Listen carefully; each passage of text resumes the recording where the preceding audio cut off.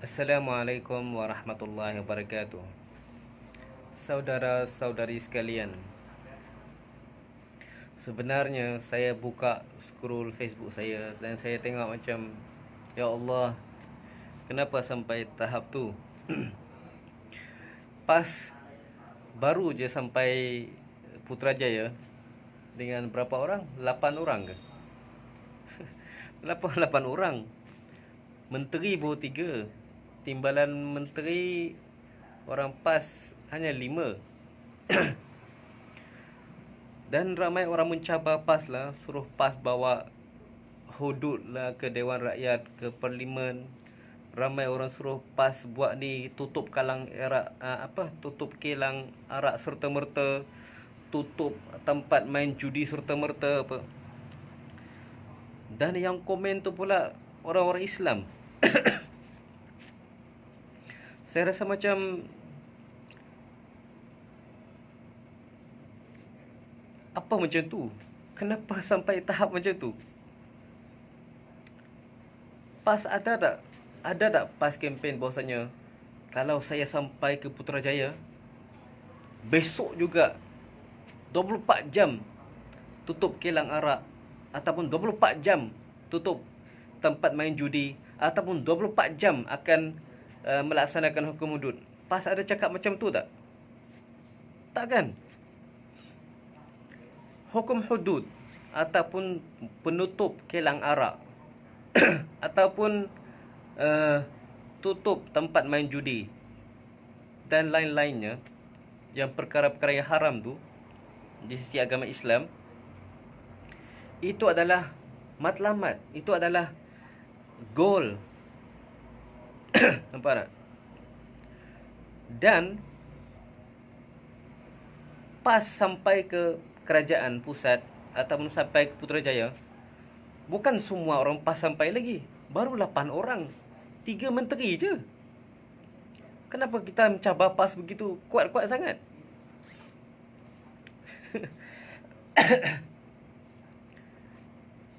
Saudara-saudari sekalian, sebenarnya bukan begitu. Islam meletakkan matlamat perjuangan kita. Contohkanlah perjuangan kita untuk melaksanakan hudud. Itu bukan bermaksud kalau kita dapat sampai ke Putrajaya hari ini, besok juga laksanakan hudud. Bukan macam tu. Tetapi penyampaian orang PAS ataupun kesampaian orang PAS sampai ke Putrajaya itu memberi peluang kepada mereka dari sudut media, dari sudut TV, radio dan surat khabar dan majalah dan sebagainya, untuk sedikit demi sedikit memahamkan rakyat tentang apa itu hukum hudud dan menyelesaikan sedikit demi sedikit isu arak, isu judi dalam negara ini. Nampak tak? Kita lihat bagaimana Presiden Turki Erdogan dia buat. Dulu arak di Turki merata tempat. Sekarang ni dia sudah limitkan. Sedikit demi sedikit dia buat. Dan rakyat, dan dalam masa yang sama media kerajaan Turki war-warkan dan memahamkan rakyat tentang bahaya arak dan sebagainya. Doktor-doktor, klinik-klinik, hospital-hospital, mereka semua bekerjasama untuk bagi rakyat faham. Nampak? Barulah pada hujungnya sudah pasti Erdogan akan tutup kilang arak ketika rakyat sudah faham. Di Malaysia pun PAS akan buat yang sama. Contohlah kalau PAS menguasai seluruh kerajaan Malaysia, lagilah mereka dapat peluang besar untuk masuk dalam silibus sekolah Kementerian Kesihatan, Kementerian Pelajaran. Mereka akan memahami hukum hudud kepada rakyat. Mereka akan fahamkan rakyat Malaysia tentang hukum hudud, tentang apa itu Islam.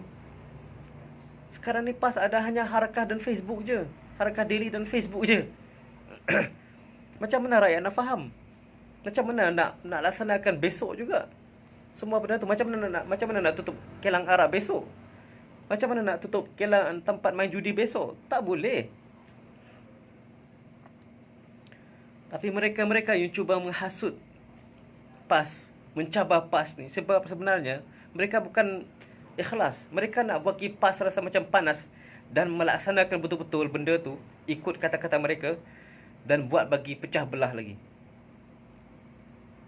Saya rasa macam PAS mereka adalah cerdik. Mereka tak termakan dengan kata-kata mereka yang buat cabar, yang mencabar PAS itu. Baru 8 orang je sampai ke Putrajaya.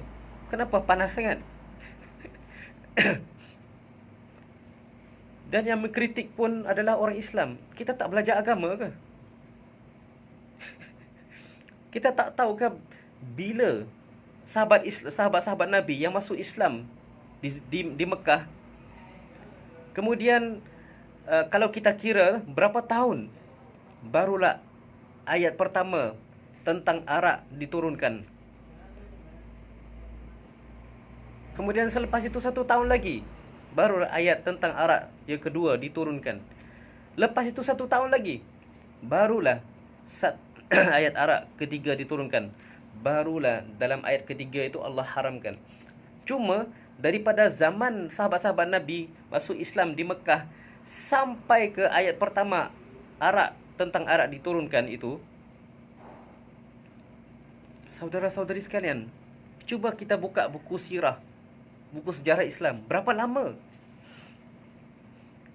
Kenapa Allah SWT tidak turunkan ayat arak, haramkan terus arak ketika sahabat-sahabat Nabi masuk Islam ketika era Mekah lagi? Kenapa tak?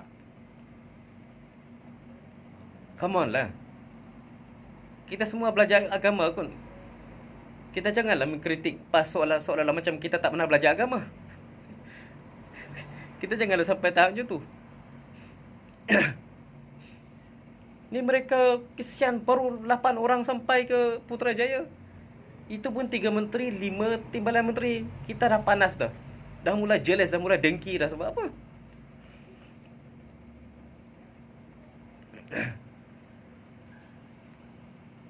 Kita kaji balik sejarah Islam. Kaji balik sirah Rasulullah sallallahu alaihi wasallam. Bagaimana Islam nak tutup kelang arak? Bagaimana Islam nak mengharamkan orang main judi? Bagaimana Islam nak laksanakan hudud? Kalau orang tak faham hudud lagi. Kalau orang tak faham apa itu Islam, bagaimana kita nak laksanakan hudud? Tapi apa yang PAS memperjuangkan, kata kita nak memperjuangkan hudud, itu adalah matlamat. Islam suruh kita memperjuangkan sesuatu, kita kena ada matlamat yang jelas, betul tak? Kita perlu ada matlamat yang jelas, barulah kita tahu hala tuju kita, betul tak? Contoh, saya bagi contoh lah kan. Contoh kalau saya kata saya nak masuk syurga, tuan-tuan pun nak masuk syurga juga kan? Saya nak masuk syurga, tuan-tuan nak masuk syurga. Okey, macam mana kita nak buat? Kita lompat-lompat ke arah syurga, kita terbang ke syurga, ke macam mana? Tak, kita kena solat, kita kena zakat, kita kena berbuat baik, kita kena buat kebajikan. Tapi semua itu untuk apa? Untuk ke syurga kan? Jadi, contoh kalau kita kata kita nak laksanakan hudud, kita nak laksanakan hudud di Malaysia, contohnya kan, takkan kita terus 3 orang menteri PAS sampai ke Putrajaya, besok terus laksanakan hudud dan rakyat tak tahu apa-apa. Rakyat masih terpengaruh lagi dengan media-media, dengan YouTube, ISIS. Macam mana ISIS dan Taliban laksanakan hudud, merosakkan nama hudud. Orang tak faham lagi. Nampak tak? Dan kita mencabar PAS, kalau PAS tak laksanakan hudud, besok juga. Kalau PAS tak bawa hudud masuk ke Dewan Rakyat hari ini ataupun besok, maka PAS mengkhianati parti. Apa itu, saudara-saudara? Apa itu? Come on lah. Belajar agama sikit.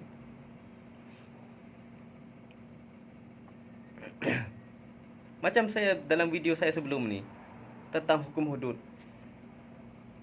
Kalau ekonomi negara tak betul lagi, kalau masih ada lagi orang-orang yang belum faham hukum hudud lagi,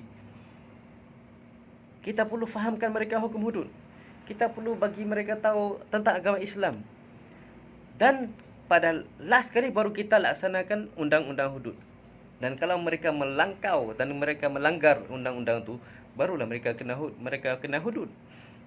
Contoh sebagai JPJ. JPJ sebelum dia tangkap, sebelum dia saman, dia sudah pasti tahu bahwasanya orang yang dia saman itu adalah dah ada lesen kan. Mereka dah tahu undang-undang tentang jalan raya. Barulah JPJ dia keluarkan saman. Pernah tak JPJ saman orang dan orang tu tak tahu apa kesalahan dia? Dia tak tahu apa kesalahan dia. Tiba-tiba JPJ saman dia. Tiba-tiba JPJ saman dia dengan dia tak tahu apa-apa.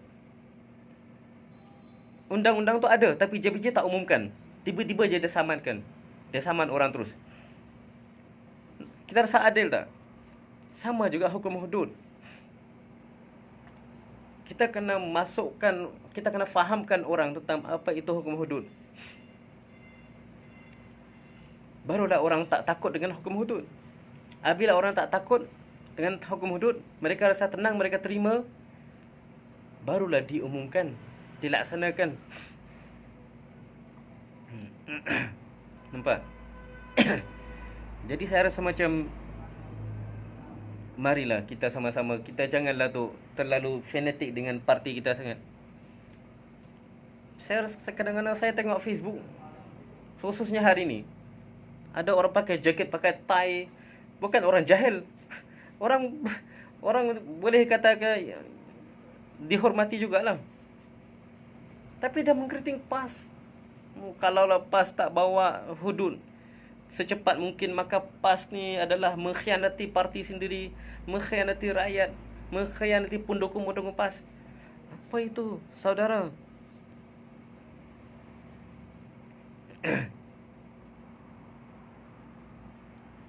Orang akan tanya, kalau PAS tak laksanakan hudud secepat mungkin, tak tutup kilang arak secepat mungkin, tak tutup tempat main judi secepat mungkin, PAS nak sampai ke Putrajaya buat apa? Nak tahu jawapan dia? Jawapan dia, supaya PAS dapat media yang luas, dapat peluang yang besar, yang luas untuk fahamkan rakyat tentang bahaya arak, tentang bahaya judi, tentang keindahan hudud. Nampak? Melalui Kementerian Kesihatan, melalui Kementerian Pendidikan, melalui media, melalui TV, radio, baru rakyat boleh faham. Dan pada hujungnya, apabila rakyat dah faham, barulah PAS akan laksanakan benda tu. Nampak? Begitu, saudara-saudari sekalian. Islam bukan paksaan, tapi Islam memahami orang. Bagi kita faham orang dulu, apa yang kita nak buat. Kemudian apabila orang tu dah faham, baru kita umumkan undang-undang. Baru-baru ni ada seorang mengkritik seorang menteri PAS yang jadi Menteri Alam Sekitar tu. Dia kata, kalau aku Menteri Alam Sekitar je, kalau aku tak payah pun, tak payah jadi menteri pun tak apa kalau nak jadi Menteri Alam Sekitar. Kita tak belajar agama ke? Dalam Quran, dalam hadis banyak Allah SWT dan Rasulullah SAW memuji orang yang menggalakkan sahabat-sahabat, menggalakkan orang Islam untuk jaga alam sekitar, untuk tanam pokok dan buang sampah di tempatnya dan sebagainya. Nampak? Kenapa kita rasa macam Jabatan Alam Sekitar ni jauh ke daripada agama? Daripada agama Islam? Tidak. 1450 tahun Al-Hadis dan Al-Quran menggalakkan manusia untuk tanam pokok, menjaga tanam-tanaman. Sampai dalam fiqh peperangan sekalipun, fiqh jihad, salah satu undang-undangnya tidak boleh kita membakar pokok-pokok dan sebagainya. Hadis Rasulullah suruh kita kutip sampah.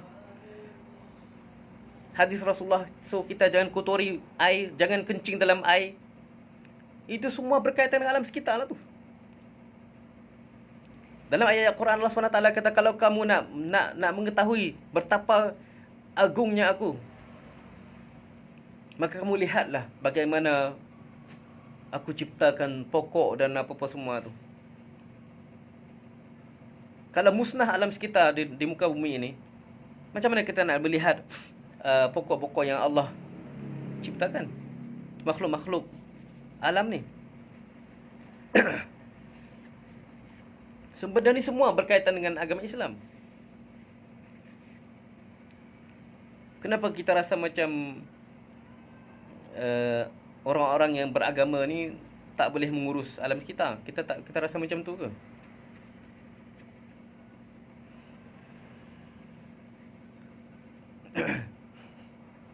Saya rasa macam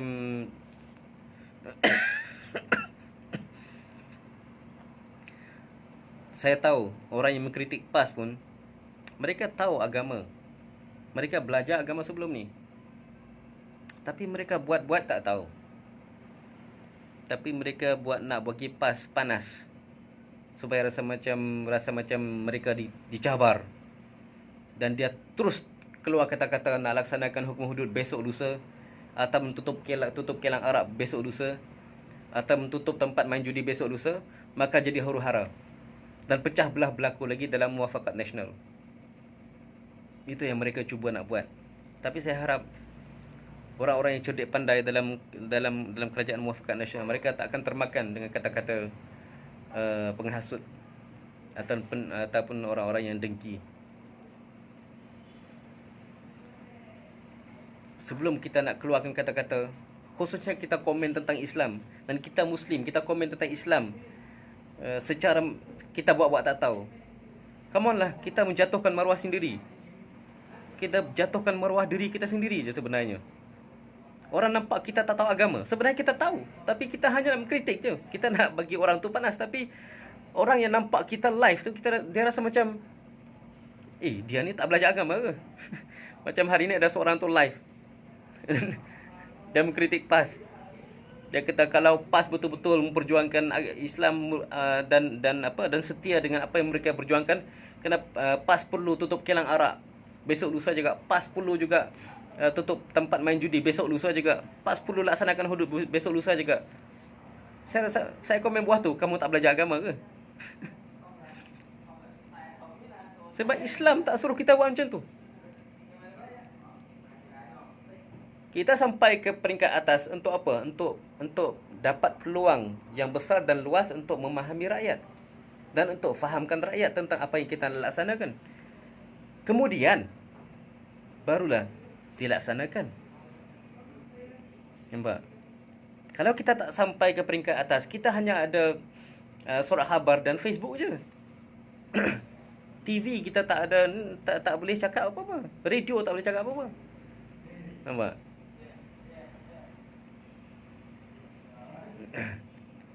Radio pun ada radio online je. Nampak? Jadi tolonglah, kita jangan duk mengkritik sesuatu perkara yang orang dengar kita kritik tu, orang menilai kita pula bahawasanya kita ni tak belajar agama, kita tak tahu apa-apa langsung. Itu je lah. Wassalamualaikum warahmatullahi wabarakatuh.